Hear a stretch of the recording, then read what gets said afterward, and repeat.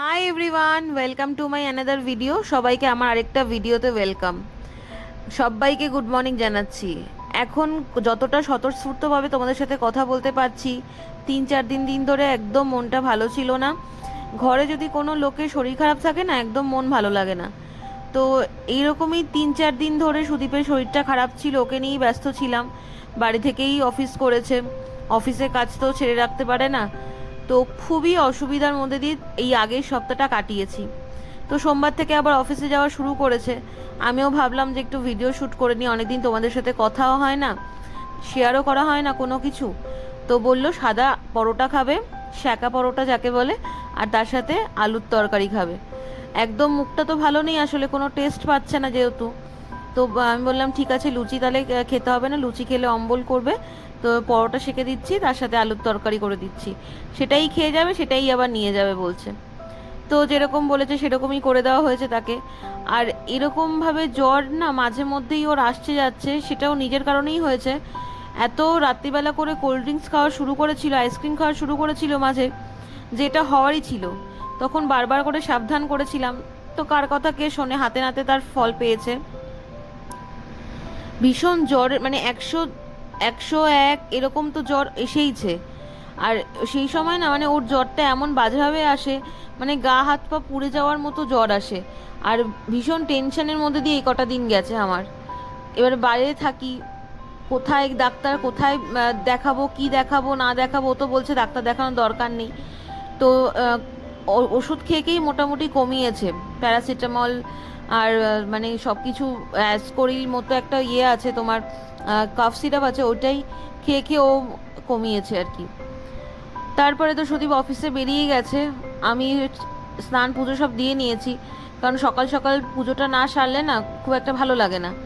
স্নান পুজো করার পরে ভাবলাম একটুখানি কফি বানিয়ে নিই, ভীষণ মাথাটা যন্ত্রণা করছে।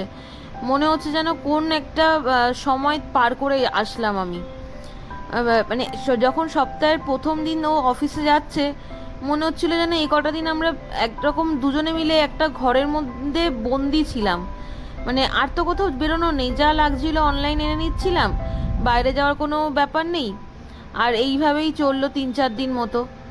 তো সেটাই ভাবছিলাম যে মানুষ মানে অসুবিধা হলে কীরকম বিপদের মধ্যে পড়ে আর কি। আর সাথে যদি কোনো রকম আত্মীয় পরিজন না থাকে। তো যাই হোক, মা তো মাঝে মধ্যেই ফোন করে খবর নিত যে কীরকম কী শরীর আছে না আছে, কিন্তু সেও আর কি চিন্তা করছে ও পাশ থেকে। তো এখন ঠিক আছে, তো অফিস যাওয়া শুরু করেছে, এটা ভাবলেই মানে ভালো লাগছে।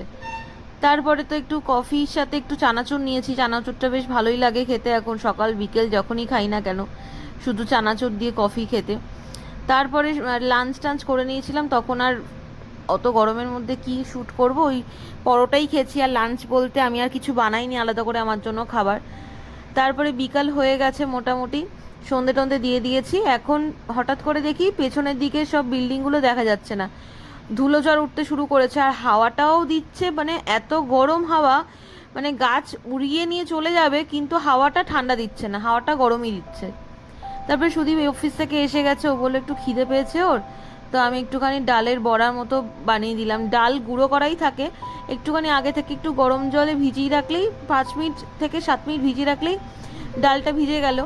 তো তারপর একটুখানি কালো জিরে আর একটু জোয়ান দিয়ে আর একটু কাঁচা লঙ্কা কুচিয়ে দিয়ে ওকে একটু ডালের বড়া ভেজে দিলাম। তারপরে রাতে বলল ভাতই খাবে, কারণ অনেক দিন ধরে ভাত খেতে পারছে না।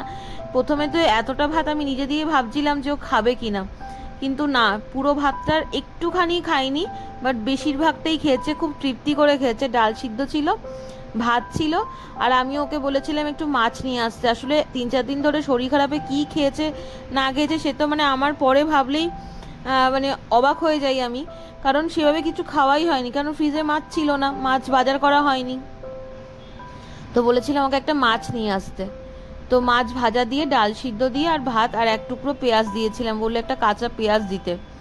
তো দেখলাম তৃপ্তি করেই ভাতটা খেয়েছে, একটু কড়া করে মাছটা ভেজে দিয়েছিলাম তো বেশ ভালো খেয়েছে। কিন্তু ঘি তেল কিছু নেয়নি তার সাথে। ওর ডিনার হয়ে গেছে, আমি একটু পরে ডিনার করব। তো বাইরে বারান্দায় এসে দেখলাম না গরম হাওয়াই দিচ্ছে, কিন্তু হাওয়াটা দিচ্ছে। এত বাজেভাবে আগের সপ্তাহটা গেছে না, তোমাদের কি বলবো। আসলে সবসময় শরীর খারাপের কথাটা বলতেও কারোকে ভালো লাগে না, কিন্তু আমি বলবো তোমরা সবাই সাবধানে থেকো, আর পারলে মাস্ক ইউজ করো। কারণ এখন ঠান্ডা গরমে একটা ব্যাপার চলছে তো, আর তার সাথে তো রাস্তার ধুলোবালি আছেই। পারলে মাস্ক আর স্যানিটাইজারটা ইউজ করা স্টার্ট করো, যারা এখনো করছো না। সবাইকে বলবো সাবধানে থাকতে। ভিডিওটা ভালো লাগলে অবশ্যই একটা লাইক করে দিও, কমেন্ট করে দিও ভিডিওটা ভালো লাগলে। আর যারা নতুন বন্ধু আছো তারা অবশ্যই করে চ্যানেলটাকে সাবস্ক্রাইব করো। ওকে, বাই, থ্যাঙ্কস ফর ওয়াচিং।